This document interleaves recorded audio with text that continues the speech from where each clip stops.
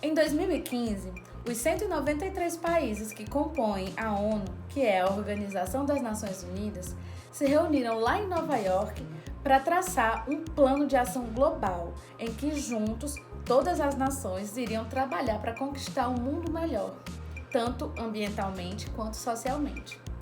Nessa reunião, eles traçaram a Agenda 2030 e essa agenda sugere 17 ODS, que é 17 Objetivos de Desenvolvimento Sustentável. E junto dessas 17 ODS, os países também estipularam 169 metas, que servem como um guia para que os países, instituições, empresas e pessoas possam alcançar esses objetivos até 2030 e que em 2030 a gente consiga um cenário melhor do que estava em 2015 e agora.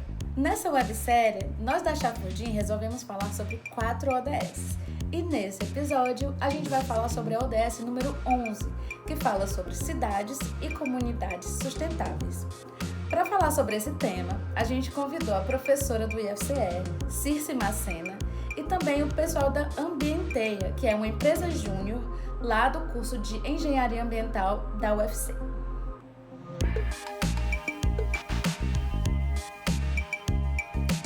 Cada ODS funciona como um guia para se alcançar o objetivo.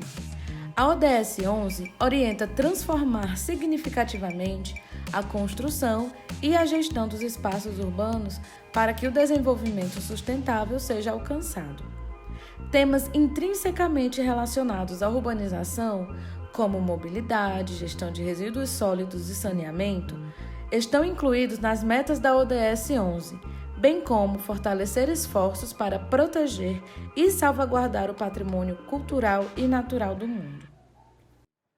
Quando falamos em cidades e comunidades sustentáveis, talvez a gente pare agora para pensar sobre o que é isso.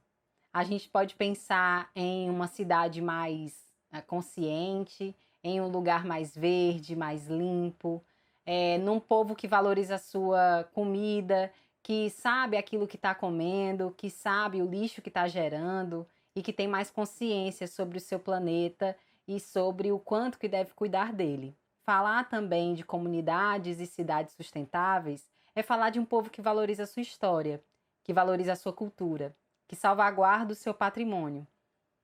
Então é preciso que a gente pare e pense um pouco sobre quais são as nossas ações de salvaguarda, que cuidam e zelam pelo nosso patrimônio cultural, seja ele material ou imaterial. Um povo sem cultura é um povo sem história. E um povo sem história é um povo que não valoriza o seu território. Então nós devemos nos tornar esse povo que valoriza cada vez mais o seu território, que valoriza a sua história, que valoriza a sua cultura, para assim sermos também sustentáveis.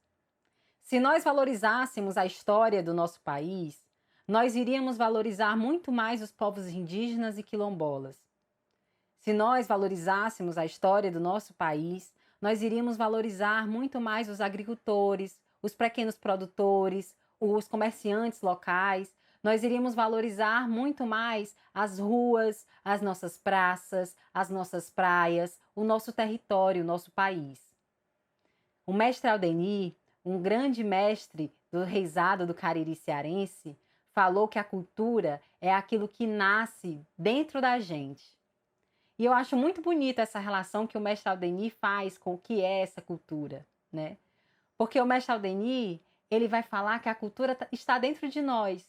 Dessa forma, a cultura é família, a cultura é a nossa casa, é o nosso espaço, são os nossos familiares, são todas aquelas pessoas, saberes e fazeres que compõem o nosso cotidiano, o nosso dia a dia. E por isso são tesouros, são saberes valiosos dos nossos ancestrais, que vêm desde as primeiras gerações e que hoje ainda a gente continua a fazer. E assim como o filho que é gerado dentro da gente, ele cresce, se desenvolve, tem outras relações com a natureza, com o ambiente, que nós não tivemos antes, tempos atrás, quando éramos crianças, né? Então a cultura, quando ela nasce dentro da gente, ela cresce, ela se desenvolve, ela se multiplica.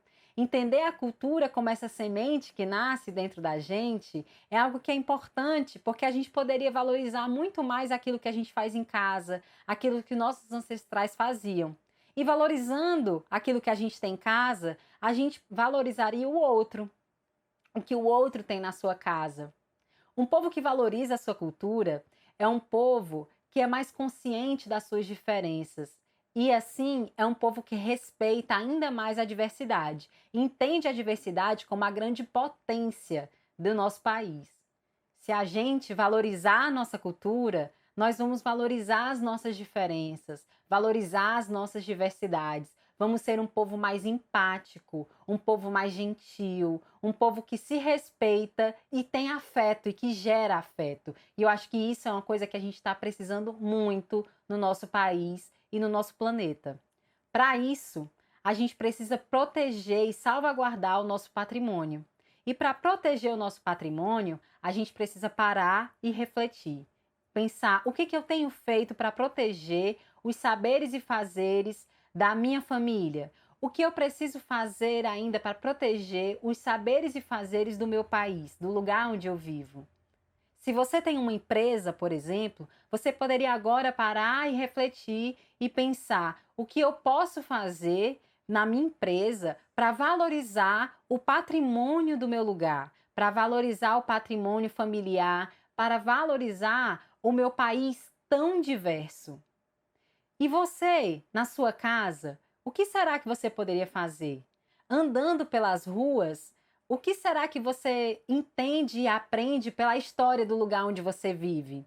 Será que esse lugar ele condiz com a sua história? Será que esse lugar ele está repleto de história, de memória? Ou é um lugar só de concreto, vazio, sem referência, sem memória, sem história? Então, ao andar nas ruas da sua cidade, que história esse lugar te conta? Que memória esse lugar te conta? Ao mesmo tempo, o que é que você conhece, o que é que você sabe, que você entende por saberes como o artesanato, a gastronomia, as danças e os folguedos do lugar onde você vive? Quais são as histórias que estão nesse lugar? E não só no lugar onde você vive, mas também do nosso país.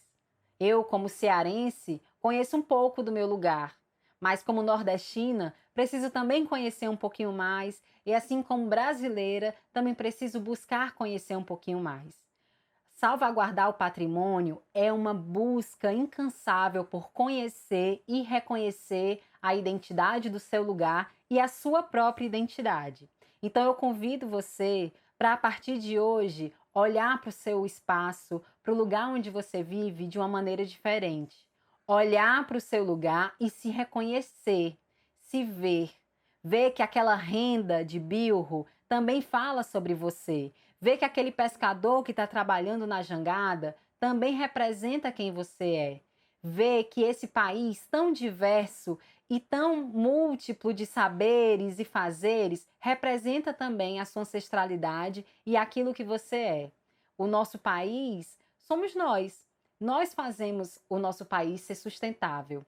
E para isso a gente precisa de políticas e de ações efetivas que salvaguardem o nosso patrimônio cultural, para a gente se tornar esse país sustentável e a gente tornar as nossas cidades e comunidades cada vez mais sustentáveis e livres.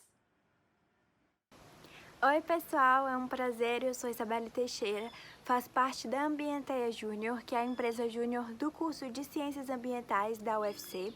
A gente está vinculada à FEGES, que é a Federação de Empresas Júnior do Ceará, do Movimento Empresa Júnior. E a nossa principal função hoje, tanto no meio acadêmico como no meio social, é promover para o futuro cientista ambiental, ou seja, enquanto os alunos ainda estão na graduação, uma experiência de mercado de trabalho e empreendedorismo em uma empresa de consultoria ambiental. E além disso, a empresa é muito importante para a visibilidade do nosso curso. Então, cada vez mais, vários setores da nossa cidade abrem os olhos e percebem a importância do cientista ambiental, do trabalho que a gente faz. Então, desde tratamento de água e esgoto, a gerenciamento de resíduos sólidos, o planejamento da cidade em si, tudo isso o cientista ambiental entra com uma função importantíssima tentando deixar a nossa cidade mais verde, mais sustentável e mais ecológica. Esse é o grande objetivo. Então, a Ambienteia, enquanto empresa de consultoria ambiental, a gente faz diversos serviços, nossa carta de serviços é bem extensa e a gente trabalha com tudo de consultoria ambiental. Então, a gente trabalha com outorga, com levantamento de fauna e flora, com mapeamento, com PGRS, que, aliás, várias instituições hoje precisam do PGRS, desde restaurantes que produzem mais de 100 litros de lixo por dia, a estabelecimentos públicos, a empresas de construção civil. Então, tudo isso entra dentro da consultoria ambiental. A gente tinha um projeto de educação ambiental que, inicialmente, o objetivo principal era ser levado até as escolas da rede pública e privada para espalhar esse conhecimento ecológico para as crianças de diversas faixas etárias também. Mas por conta da pandemia de coronavírus, esse projeto teve que ser adiado. Então, a gente migrou para o meio digital.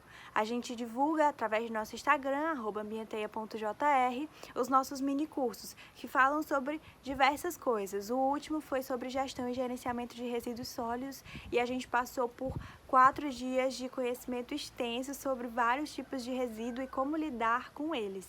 Então, essa propagação de conhecimento verde através do meio digital faz até com que mais pessoas tenham acesso ao conhecimento. Então é isso. O papel na Ambienteia hoje é tentar usar a sua influência no meio acadêmico, onde estão jovens e universitários, e no meio social, através das nossas redes sociais, a tornar Fortaleza uma cidade mais verde, uma cidade mais ecológica, e enfim. Então, é isso. O Ambienteia é formado por jovens universitários que acreditam no poder da educação de transformar vidas. Obrigada.